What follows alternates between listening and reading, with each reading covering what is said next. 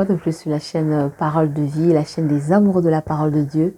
Si tu es nouveau sur la chaîne, va t'abonner. Va t'abonner avant de continuer à consommer. Et en tout cas, tu es sur une chaîne de méditation de la parole, pas que. Voilà, il y a également d'autres sujets d'exhortation, voilà, que je fais. Donc, clique également sur la cloche de notification, comme ça tu ne vas rien manquer des autres vidéos. Pour les anciens abonnés, j'espère que vous allez bien. Merci encore pour les personnes qui prennent la peine de commenter, de liker les vidéos. En tout cas, vous permettez que l'évangile soit annoncé, soit voilà, que YouTube propose également ses contenus à d'autres personnes. En tout cas, que le Seigneur vous bénisse. Donc voilà, en tout cas, j'espère que tu apprécies le décor, hein, mon décor. J'ai changé de décor pour toi, hein, vraiment. Il ne faut pas que tu dises que Marie tout le temps a le même décor. Donc apprécie mon décor dans les commentaires si ça te plaît. Apprécie, ça te plaît même pas. Dis que ça ne te plaît pas et tu me dis ce que je dois faire pour améliorer. Voilà, pour que tes yeux prennent plaisir. Donc voilà, aujourd'hui, je vous reviens avec un autre sujet. En tout cas, je continue la série sur la prière. Comme j'ai dit dans ma vidéo d'annonce, voilà, le Saint-Esprit me pousse à rester sur ce sujet, le sujet de la prière. Dans la dernière vidéo de C'est quoi la vérité sur la prière, j'ai développé voilà pourquoi est-ce que les gens n'arrivent pas à avoir une vie de prière stable. J'ai donné quelques points qui peuvent expliquer voilà ce phénomène en l'occurrence parce que les gens ne savent pas déjà c'est quoi la prière et pourquoi est-ce qu'ils prient. Ensuite voilà, petit récap comme ça. J'ai dit que parfois ça pouvait provenir d'une mauvaise motivation, c'est-à-dire que tu viens dans la prière juste pour demander des choses et quand tu as obtenu ces choses-là, tu t'en vas, tu n'arrives plus à revenir, voilà, parce que tu as une certaine lourdeur, tu ne sais pas trop, tu ne sais plus trop quoi dire parce que ce que tu avais à dire, tu l'as dit, on t'a donné et puis c'est bon quoi. Et également, il y avait le fait que ça peut provenir des attaques spirituelles. Voilà, on a des moments comme ça de notre vie spirituelle où on est faible, voilà, parce qu'on a des attaques spirituelles. Aussi, un autre point, c'est que ce manque de stabilité peut provenir tout simplement du fait qu'on a un manque de soif. Et ça, il faut le demander tous les jours dans nos prières au Seigneur. Voilà, l'esprit est bien disposé à prier, mais la chair est faible. Et c'est la chair qui nous combat. Donc voilà.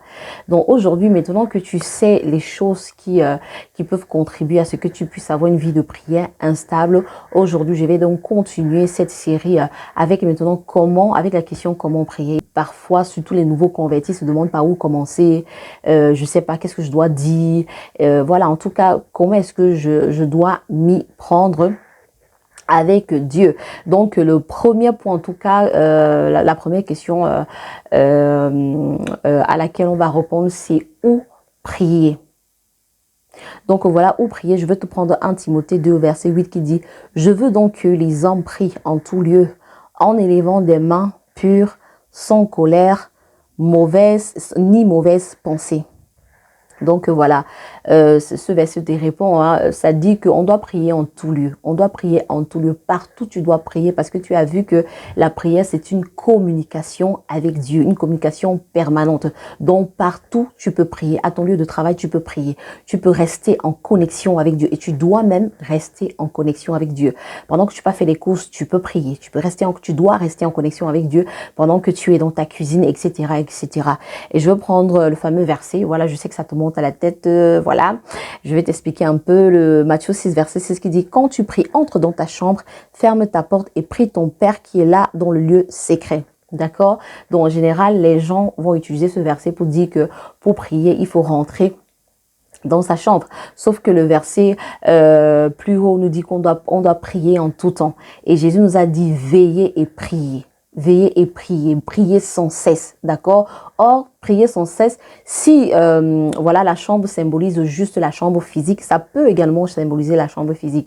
Mais si ça ne symbolise que la chambre physique, tu ne peux pas prier sans cesse. Parce qu'il y a des fois que tu es au travail, il y a des fois que tu es à la cuisine, il y a des fois que voilà, tu ne passes pas ton temps dans ta chambre. Donc tu vois que cette chambre peut symboliser la chambre physique. Pourquoi? Parce que oui, malgré que tu dois être de manière permanente en communication avec Dieu. Il y a des moments, voilà, que tu dois prendre vraiment, chaque jour en tout cas, un temps de qualité avec Dieu où tu rentres dans ta chambre ou bien, je sais pas, tu vas dans ton salon, dans un lieu où tu es déconnecté totalement de l'extérieur, où il y a le calme et tu prends ton temps avec Dieu, d'accord? Maintenant, la chambre, ça peut symboliser ton cœur. D'accord? Donc, quand on dit, quand tu pries, rentre dans ta chambre, ça symbolise aussi ton cœur parce que on a vu qu'on prie en tout lieu. Hein. Lorsque tu as ton lieu de travail, tu es en train de parler au Seigneur. Tu peux ne pas parler en balbutant les lèvres, voilà, mais tu peux parler dans ton cœur. Tu es en communication. C'est l'esprit qui communique avec l'esprit de Dieu, d'accord?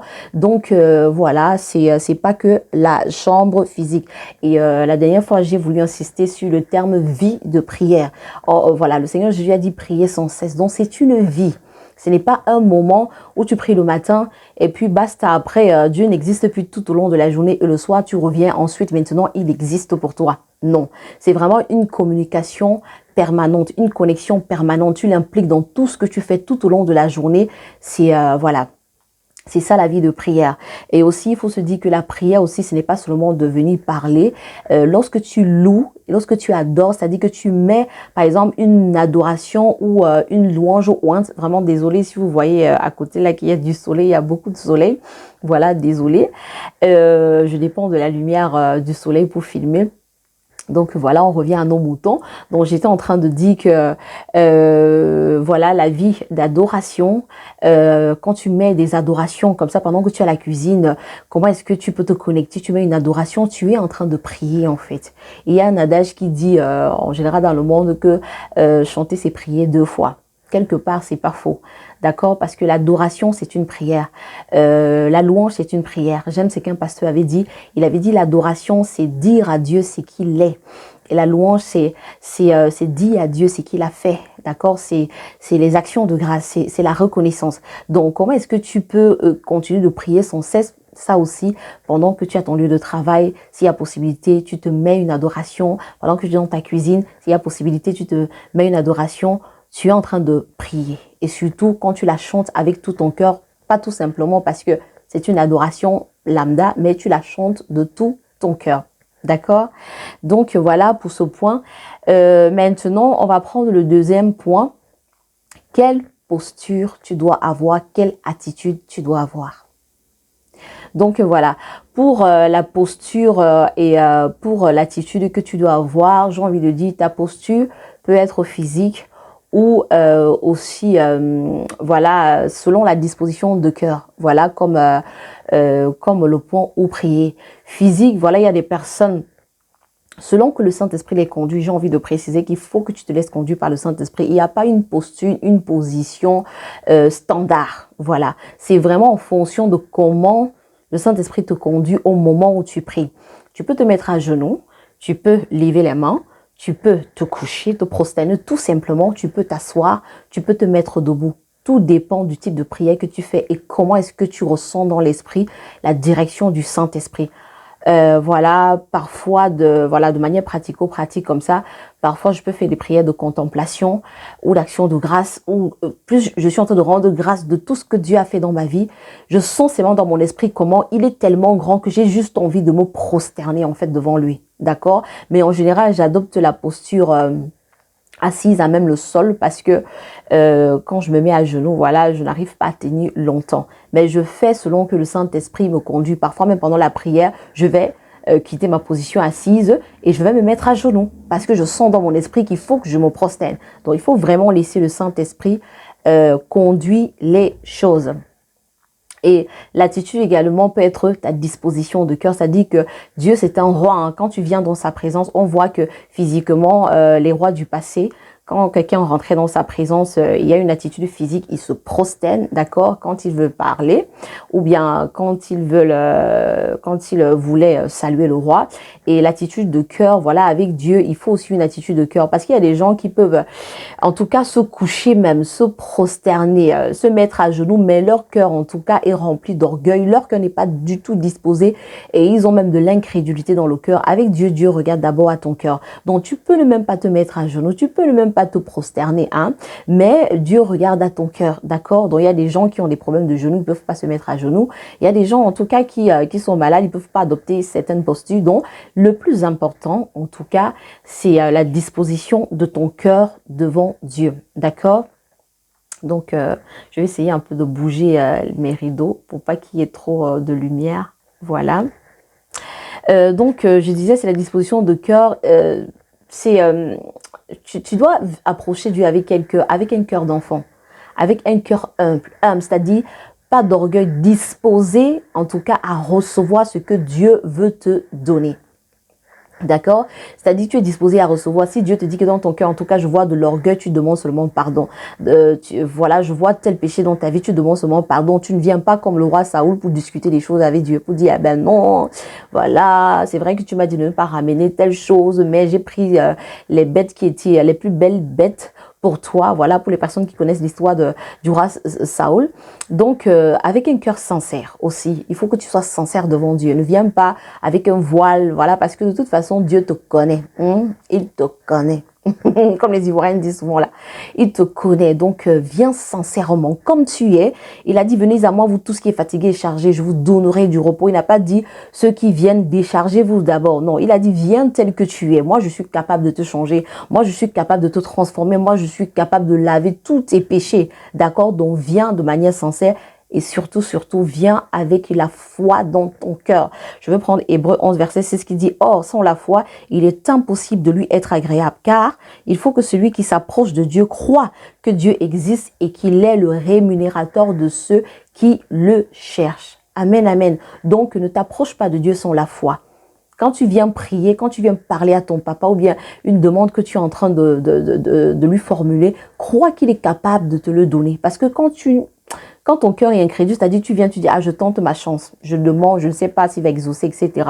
Ça ne plaît pas à Dieu. Parce que tu es comme cet enfant-là qui dit, maman, j'ai besoin d'une chaussure. Après, maman, je ne sais même pas si tu es capable de me le donner. Ça fait quelque part mal au cœur, voilà, en tant que parent.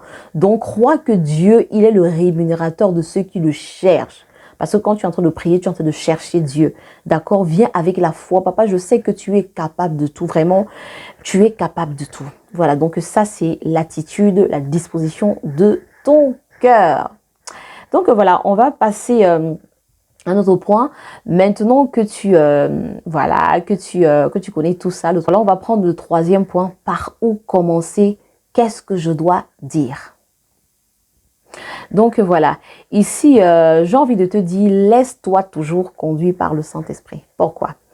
Romains 8, verset 25 dit, de même aussi l'Esprit nous aide dans notre faiblesse, car nous ne savons pas ce qu'il convient de demander dans nos prières. Mais l'Esprit lui-même intercède par des soupirs inexprimables. L'Esprit. Je prends Éphésiens 6, verset 18. Faites en tout temps par l'Esprit toutes sortes de prières et de supplications. C'est-à-dire toutes les prières que tu dois faire, que tu vas faire, que tu feras, ça doit toujours être fait par l'Esprit. Parce que comme tu vois dans les versets, hein, c'est l'Esprit qui sonde tout même les profondeurs du Père. C'est l'Esprit qui sait ce que le Père veut que tu pries au moment là, dans la saison même de ta vie. Toi, tu ne sais même pas ce qu'il convient de demander. Tu ne sais même pas ce dont tu as besoin. La parole de Dieu dit également qu'avant même que nous n'ouvrons la bouche, Dieu connaît. C'est-à-dire, avant que tu commences à demander, Dieu connaît ce dont tu as besoin. Donc, laisse seulement l'Esprit de Dieu te conduire. Je sais que on vient des religions, voilà, qui nous apprenaient à réciter des prières. Alors, est-ce que tu dois réciter des prières? Voilà, tu es d'accord avec moi que non, parce que tu es dans une conversation avec quelqu'un, d'accord? Les autres religions récitent des prières. Ils ne s'attendent pas à un exaucement. Ils prient juste pour prier. C'est la religion. On a dit de prier 5 fois par jour, je prie. Mais nous, chrétiens, on prie un Dieu qui répond. On prie un Dieu réel. C'est une relation. C'est pas la religion, d'accord? Donc, tu n'as pas à faire des prières toutes formulées. Voilà, Dieu, c'est ton Père. Voilà, tu n'as pas à venir réciter des choses devant lui. Non, non, non. Tu es en train de parler avec lui. Parle avec lui tête à tête, d'accord? Et laisse en tout cas le Saint-Esprit te conduire. Tes prières ne doivent pas être toutes faites. Non, non, non, non. Et surtout, viens avec le cœur d'enfant, sois sincère, ne cache rien, ne cherche pas à compliquer les mots. Quand en fait, voilà, surtout pour les nouveaux convertis, ne prends pas la phrase que tu as vue à tel responsable ou à tel pasteur pour mettre dans tes prières parce que tu te dis, c'est à force de mettre les belles phrases que Dieu va t'exaucer. Autant pour moi, non, non, non, non. Dieu regarde à la disposition de ton cœur, d'accord? Tu peux faire une simple prière, mais il y a des miracles énormes qui descendent. On va voir le cas de notre Seigneur Jésus, hein. Il priait pas beaucoup, il priait pas, je sais pas, c'est-à-dire que quand je dis il priait pas beaucoup, parce que non seulement il se levait très tôt le matin pour aller prier, quand je dis qu'il ne priait pas beaucoup, c'est que par exemple, quand il faisait des miracles, le Seigneur Jésus ne faisait pas des prières de 30 minutes, d'accord? Il disait par exemple à celui qui est aveugle, vois, lève-toi et marche. C'était tout. Il ne commençait pas à faire, voilà, prier en langue des heures, des heures, des heures. Non, sois sincère avec Dieu. Dis les mots que tu penses. Ne viens jamais dans la prière pour dire quelque chose que tu as entendu ailleurs. Dis ce que tu penses. Il faut que ce que tu dis à Dieu soit en adéquation avec ce que tu penses. Sinon, ça ne sert à rien, tu fais du bruit en fait. D'accord? Donc, ne cherche pas à imiter la prière de l'autre, à imiter les phrases que tu as captées à gauche et à droite.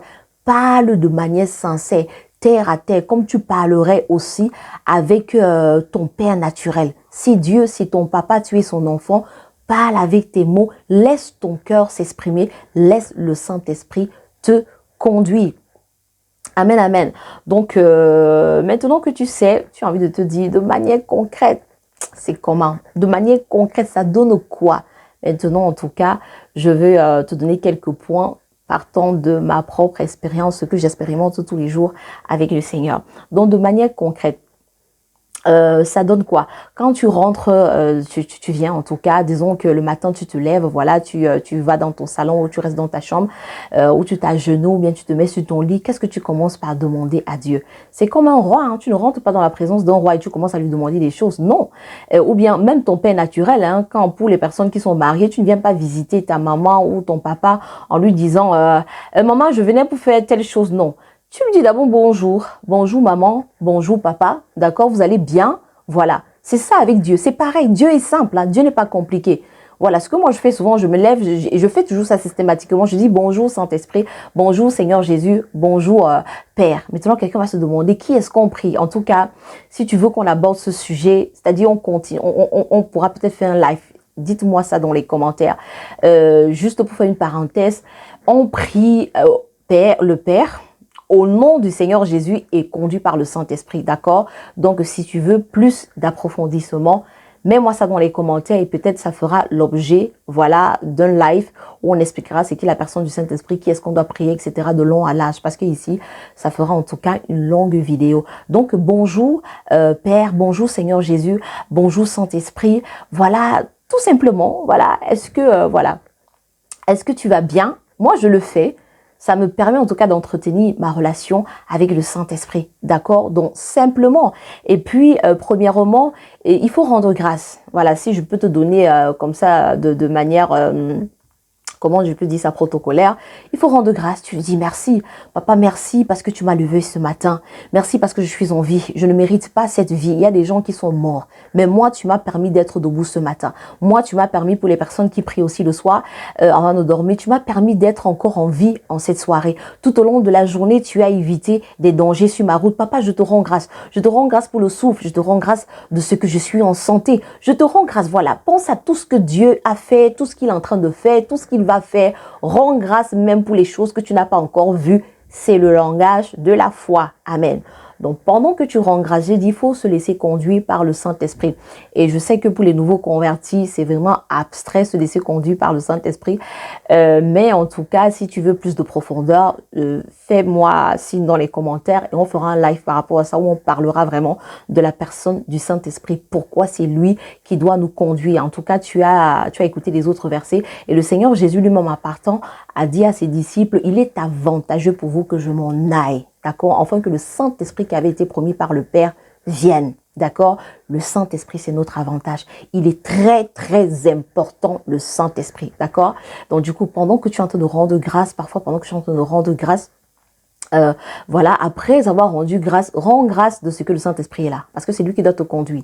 Viens me conduire, Saint-Esprit, d'accord? Prends le contrôle de ce moment, inspire les paroles de ma bouche. C'est toi seul qui sais ce que tu veux que je prie ce matin. C'est toi qui sais ce que le Père veut entendre ce matin. S'il te plaît, ne me laisse pas, je ne sais pas prier, je ne sais pas ce qui convient de demander au Père ce matin. Conduis-moi. Merci parce que tu es là. Tu n'as pas besoin de le sentir. Voilà, il y a des personnes qui le sentent. Voilà, mais tu n'as même pas besoin de le sentir. Crois seulement avec la foi qu'il est là, parce que le Saint-Esprit, c'est celui que tu as reçu lorsque tu as donné ta vie au Seigneur Jésus, à ta nouvelle naissance, d'accord? Crois qu'il est là, rends grâce parce qu'il est là, et rends grâce déjà parce que tu sais qu'il va te conduire, et je peux t'assurer qu'il te conduit. Parfois, pendant que je suis en train de rendre grâce déjà, tu vois, il me donne déjà la direction. Voilà, quel est le sujet de prière que je dois prier, etc., etc. Maintenant, pour être beaucoup plus concret aussi, je veux prendre Luc 11, verset 1 jusqu'au verset... en fait, je veux prendre le verset 2. Voilà. Tu peux prendre... Il y a des gens qui se demandent, mais est-ce que je dois prendre le protocole du Notre... Je dois réciter autant pour moi la prière du Notre Père? Non. La prière du Notre Père, c'est un modèle que Jésus a donné. Ce n'est certainement pas une prière qu'on doit réciter. C'est un protocole. C'est un processus. Dans cette prière, il est en train de dire aux disciples comment... D'accord, les étapes de la prière et surtout laisser conduire par le Saint-Esprit, parce que le Saint-Esprit peut bouleverser ces étapes-là, mais je peux t'assurer que tu vas voir que les étapes sont respectées, même si c'est bouleversé. D'accord? Donc, je disais, Luc 11, verset 2, ça dit, quand vous priez, dites notre Père qui est dans les cieux. Ça, c'est Jésus qui parle à ses disciples. C'est les disciples qui demandent à Jésus, apprends-nous à prier. Jésus a dit, quand vous priez, dites notre Père. D'accord, donc viens dans la prière en disant Père, c'est papa, ce n'est pas éternel, ce n'est pas éternel des armées comme nous avait appris dans les autres religions, ce n'est pas Dieu d'Isaac, Dieu de Jacob, Dieu d'Abraham et tout et tout. Si tu veux encore plus de profondeur, mets ça dans les commentaires, on va décortiquer ça. Si tu veux qu'on fasse un live sur le Saint-Esprit, je vais pouvoir expliquer tout ça et aussi également aller en profondeur dans la prière du Notre Père. Mais ici, je vais rapidement survoler comme ça. Donc, du coup, il dit Notre Père. Donc, tu vois que tu dois dire Papa, tu viens avec Papa. Papa, je suis là. D'accord? Dites Notre Père. Il n'a pas dit dites Éternel des armées ou dites Dieu d'Abraham, Dieu de Jacob, Dieu de... Voilà, tu dois avoir la conscience que Dieu, c'est ton Père. Et ça change énormément de choses dans la prière. D'accord? Donc, pour plus de profondeur, mais dans les commentaires, on va décortiquer ça dans un live par la grâce de Dieu. Donc voilà, dis notre Père qui est aux cieux, que ton nom soit sanctifié. Après ça, tu commences à sanctifier le nom de Jésus, tu élèves son nom. Parfois, je rends grâce pour l'œuvre de la croix. Je me rappelle en tout cas tout simplement là où il m'a puisé. Et tu vas voir pendant que tu le fais, le Saint-Esprit, c'est ça, je disais, la posture. Hein. Parfois, je commence à faire ça et je sens seulement que le Saint-Esprit me pousse à me prosterner tellement Jésus est grand que vraiment, je dis seulement vraiment, Seigneur Jésus, je me prosterne seulement. Parce que tellement tu le contemples, tu l'élèves que ta posture obligatoirement envie de changer. Parce que ton esprit, quelque part, a capté quelque chose. D'accord? Donc voilà. Et du coup, le Saint-Esprit peut t'amener, voilà, notre Père qui est aux cieux, que ton nom soit sanctifié, autant pour moi, que ton règne vienne. Voilà, tu commences à appeler le règne de Dieu, voilà, dans tous tes projets, etc., etc. Vraiment, j'ai pas le temps dans cette vidéo de décortiquer toutes les étapes du Notre Père. C'est un protocole, ce n'est pas une prière à réciter. Mets-moi ça dans les commentaires si tu veux que je fasse un live pour qu'on puisse parler du Saint-Esprit et de pouvoir entrer en profondeur de la prière du Notre Père. D'accord? Donc du coup, comme je disais, voilà, laisse-toi conduire par le Saint-Esprit. Parfois, il va te pousser à faire des prières de supplication par rapport à un sujet particulier dans ta vie ou par rapport à ta saison, d'accord, des prières d'intercession. Il y a toutes sortes de prières. On a dit, faites en tout temps toutes sortes de prières, mais ça doit être conduit par le Saint-Esprit. C'est-à-dire, c'est lui qui doit te dire, maintenant, fais des prières d'action de grâce. Maintenant, fais des prières de combat spirituel, d'accord. Maintenant, fais des prières. Ce n'est que lorsque le Saint-Esprit te conduit que tes prières deviennent efficaces. D'accord? Sinon, que si tu te conduis toi-même, il n'y a pas d'efficacité. D'accord? Donc, parfois, il va te conduire à faire des prières de réclamation, de déclaration. C'est le Saint-Esprit qui sait ce qu'il faut prier au moment où il faut prier. Donc, conclusion, laisse-toi conduit par le Saint-Esprit. Et si tu es nouveau converti, tu demandes qui est le Saint-Esprit. Voilà, en tout cas, il est venu habiter en toi lorsque tu as donné ta vie au Seigneur Jésus. Si tu ne comprends pas trop, dis seulement, parle avec ton cœur. Et tu vas voir que petit à petit, plus tu vas prier, plus tu vas commencer à expérimenter la conduite du Saint-Esprit. Alors j'entends quelqu'un qui se dit, ah ben, est-ce que je peux venir avec mes propres sujets de prière? Bien sûr que oui, tu peux venir avec ta liste, hein. Mais comme je ne fais que répéter, laisse-toi conduire par le Saint-Esprit. Parce que dans ta liste, tu peux te dire, ah, je veux prier pour le mariage. Oh, le Seigneur te dit, c'est pas encore la saison du mariage. Donc, du coup, le Saint-Esprit va pas te conduire même à prier pour ça. D'accord? Ici, je veux prier parce que je n'ai pas assez d'argent. Je veux peut-être une maison. Le Seigneur peut-être va pas te conduire à prier pour ça. D'accord? Donc, il va te pousser parfois à intercéder aussi seulement pour les autres. Ou bien juste, tu viens comme ça, tu commences à adorer. Voilà, et l'adoration est vraiment très, très importante pendant le temps de prière. Tu commences à adorer et puis tu sens que le Seigneur te conduit seulement à adorer, adorer, adorer. Tu ne dis rien, juste l'adoration. Et il déverse énormément parce que sa présence est palpable. D'accord? Donc oui, apporte tes sujets de prière, mais laisse-toi conduire par le Saint-Esprit. Et du coup, pendant ce temps, tu peux également, pour dégager l'atmosphère, pour que, voilà, que ton esprit soit vraiment disposé et que... voilà, toutes les distractions autour de toi puissent disparaître. En tout cas, tu peux mettre un fond de piano. Voilà, il y a voilà, des musiques instrumentales comme ça, voilà, disponibles sur YouTube. Hein. Moi, je prie toujours avec ça. En tout cas, ça fait la différence. Tu vas expérimenter ça pour toi qui es ancien converti et que tu ne faisais pas ça. Commence à mettre des fonds d'adoration. Tu vas voir que ça facilite en tout cas la présence de Dieu parce qu'il faut pas prier et sortir de la prière sans que tu ne sois connecté, sans que tu n'aies l'assurance que tu t'es connecté à Dieu. Et sinon, en tout cas, ta prière n'a pas dépassé, voilà, le plafond de ta maison. D'accord? Et du coup, le Saint-Esprit me pousse en tout cas à continuer le sujet que j'avais développé lors de la méditation du matin. Le dernier sujet que j'ai posté qui parlait en tout cas de pourquoi est-ce que ça fait longtemps que tu pries et en tout cas il n'y a pas de changement, d'accord? Donc je pense que je vais continuer ça parce que voilà, je sens que il faut que je continue ça. Donc ça peut découler aussi du fait que tu ne te laisses pas conduire par le Saint-Esprit, d'accord? Donc voilà, je pense que j'ai tout dit. Vraiment, c'est une vidéo longue, hein, mais s'il te plaît, prends le temps d'écouter parce que c'est très très important. Voilà, la prière, c'est la respiration de ton homme intérieur. Si tu ne pries pas, tu meurs. Voilà. Et j'aurai aussi l'occasion de faire une vidéo sur la puissance de la musique lors de la prière. Comme ça va pouvoir t'aider davantage. Amen, amen. Gloire à Dieu en tout cas. Je peux vous assurer que pour faire cette vidéo, ça a été compliqué. Voilà, les conditions météorologiques, trop de soleil. Je ne dépends que de la lumière du soleil. Malheureusement, par la grâce de Dieu, on va évoluer. Hein. Donc voilà, mais j'ai tenu à le faire pour toi. Voilà. Et en tout cas, on va continuer toujours sur la prière dans les prochaines vidéo où je te donnerai en tout cas des astuces pratico-pratiques, des conseils pratico-pratiques qui me permettent moi en tout cas de maintenir cette vie de prière, d'accord? En tout cas, j'espère que j'ai tout dit. Si tu as des questions, mets ça dans les commentaires. Si c'est un contenu qui t'a béni, n'hésite pas de liker, d'accord, de commenter, témoigne, voilà, et ensuite partage, comme ça tu vas répandre l'évangile jusqu'aux extrémités de la terre. Voilà, tu vas contribuer à ce qu'un frère qui se demandait, une sœur, vraiment, je ne sais pas, la prière c'est très très chaud, vraiment, ça va bénir quelqu'un, d'accord? J'allais oublier en tout cas, pour les personnes qui n'ont pas regardé ma vidéo d'annonce, voilà, j'ai annoncé dans cette vidéo que j'avais créé mon compte TikTok sur lequel je publie des contenus de cinéma, d'accord, de courts-métrages, c'est-à-dire des petites capsules vidéo comme ça, voilà, qui traitent des messages pour chrétiens, des messages pour païens. Le but, c'est d'évangéliser aussi les païens, mais aussi, voilà, de pouvoir transmettre le message à nos chrétiens sous un autre format. Donc, je te mets le lien de mon compte TikTok. Va regarder aussi les contenus que je publie dessus. Voilà, abonne-toi, like, commente et surtout, donne-moi ton avis. Voilà, comment est-ce que je peux m'améliorer en tant qu'actrice. En tout cas, je suis arrivée au bout de cette vidéo. Gloire à Dieu. Que le Seigneur vous bénisse.